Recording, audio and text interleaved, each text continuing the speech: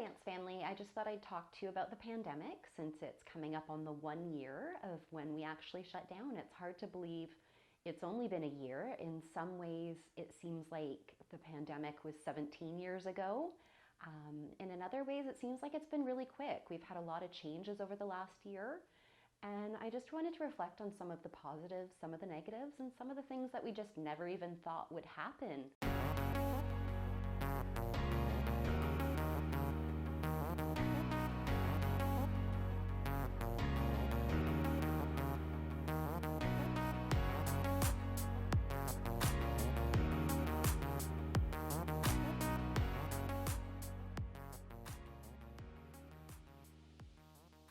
I remember our last day in studio.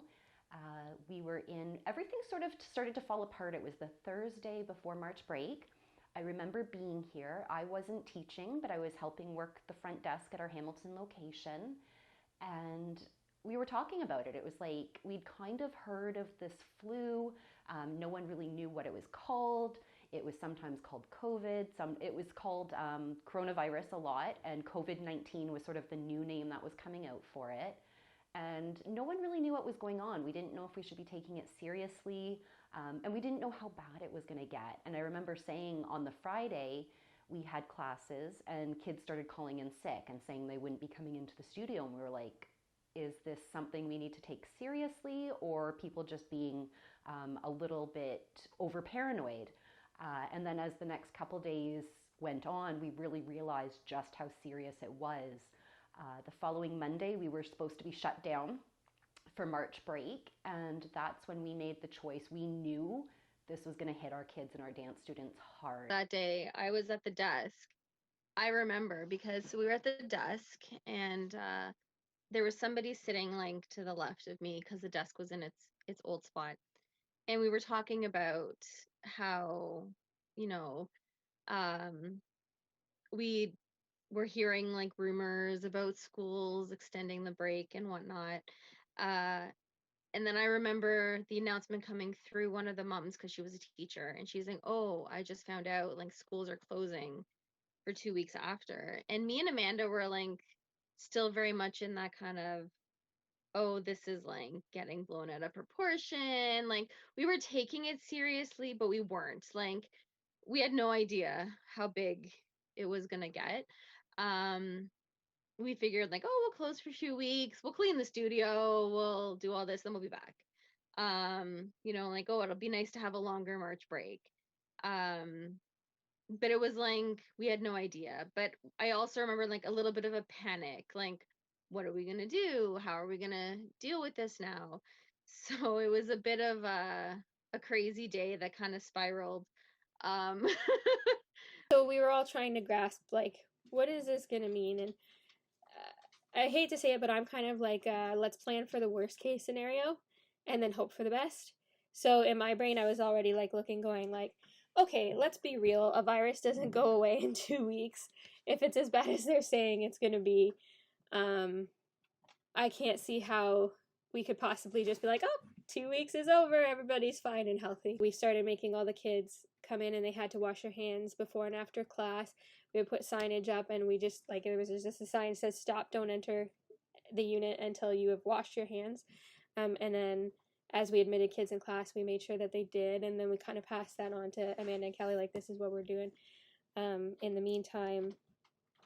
And they were kind of like, yeah, that's a good idea. Like, we need to make sure we're being cautious right now while we wait for instructions. Like, we didn't have any understanding of what was going to be needed to fully prevent or prepare for it, right?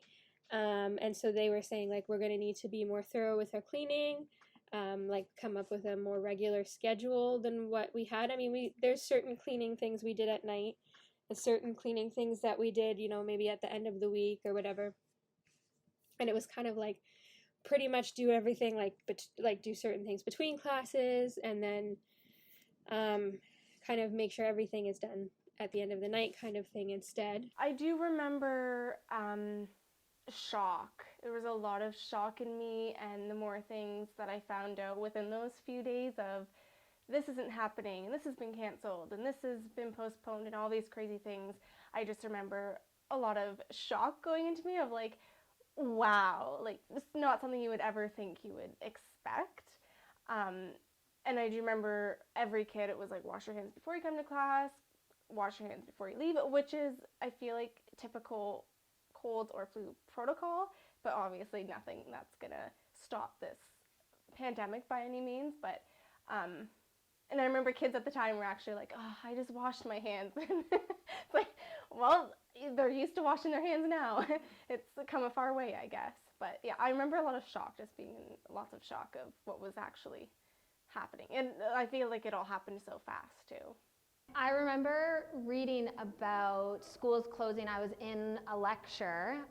The public and Catholic school board, I think, had announced that they weren't coming back after March break, but my school at Mohawk was still planning on running. I had midterms the following week.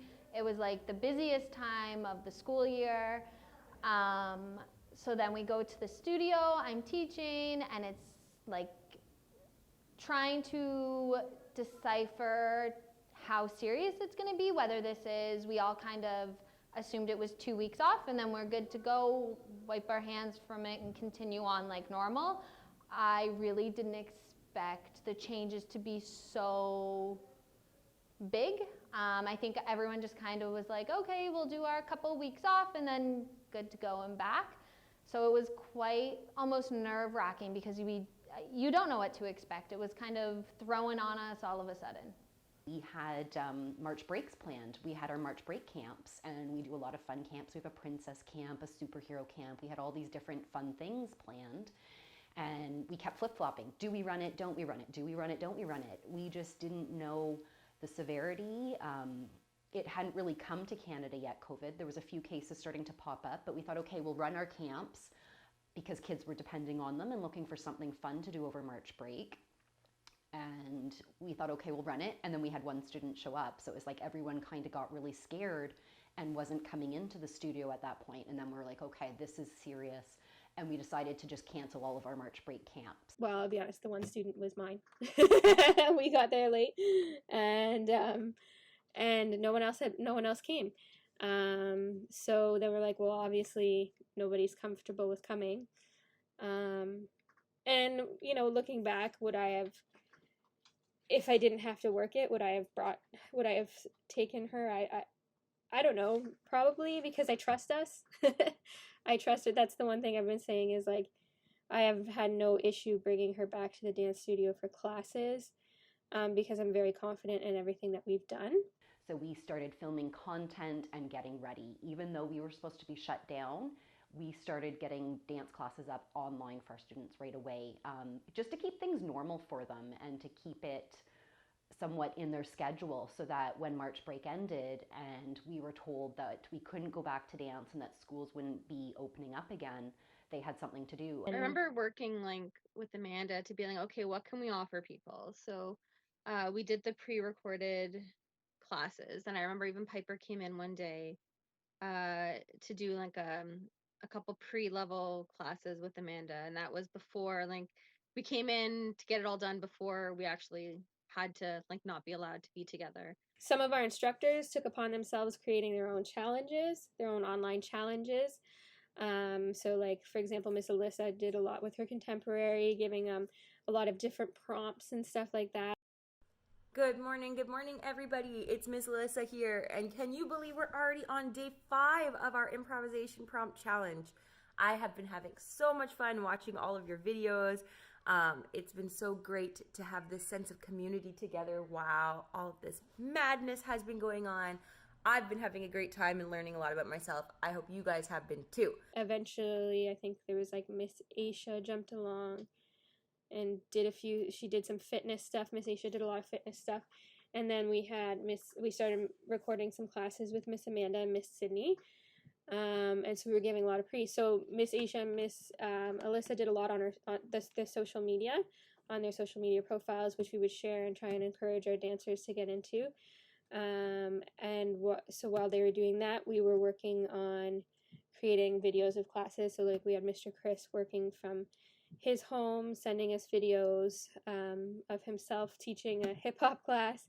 And yeah, we had Miss Sydney before we were like officially in a lockdown type thing.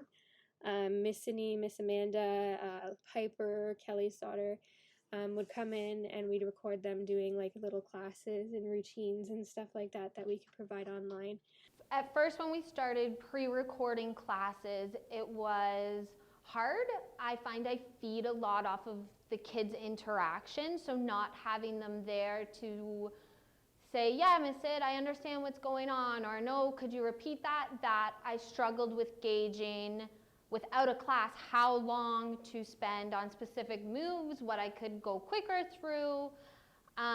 Even just like, it's very different teaching alone in a living room versus having kids watching you. Even doing live classes where the kids are at least there, they're on Zoom, they're interacting, I can ask questions, was a totally different experience than pre-recording. It almost felt like I was like living my YouTube dreams, being like a famous YouTuber, making these little videos. And then it was more lonely doing these pre-recorded. You kind of lost that connection with all of the kids. And then that's when we started our Zoom classes. So we started online doing live classes with their teacher so that they could still stay active, stay training, and doing that. And it was a huge upkeep. I had used Zoom for meetings before the pandemic hit, but I wasn't really that experienced with it. I had never run a Zoom meeting, so it was learning how to spotlight myself, spotlight students, give corrections. It was a lot of learning. And then the kids learned really quickly, I found. They learned how to unmute themselves, so we had to teach them to remember to keep themselves muted so that we could still hear the music. And it was learning, okay, what works best for us? Is it having a speaker in the room? Is it sharing from my laptop? Is it, we tried so many things, and then we started getting into lighting. What lighting works best? What speakers work best? What microphones work best? And we really got into that through the summer of 2020. It was a bit of a scramble to kind of get everything set up, and Zoom was still relatively new to us. Like, it was kind of all like foreign. Like, we didn't really know what it was. We'd heard about Zoom.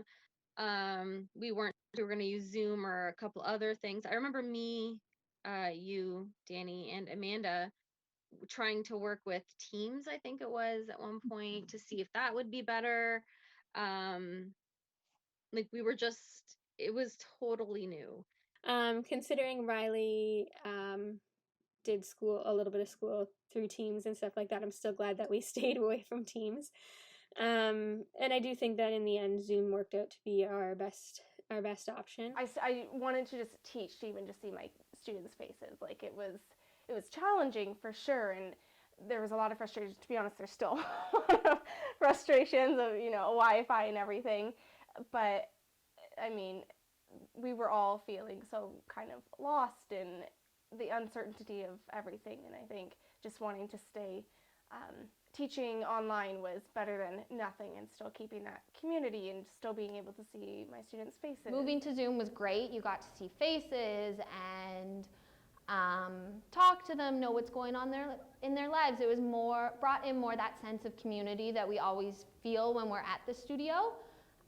It was definitely a learning curve. Teaching on Zoom is still very different than teaching in person, but it was better than being totally isolated from the kids and missing that huge part of everyone's lives. Join us again next week as Miss Amanda shares some of the struggles and a few of the positives as we adapted to our new normal. Come follow my journey as a studio owner of Not Just Another Dance Studio, a place where it's about making progress, not perfection, for all of our dancers.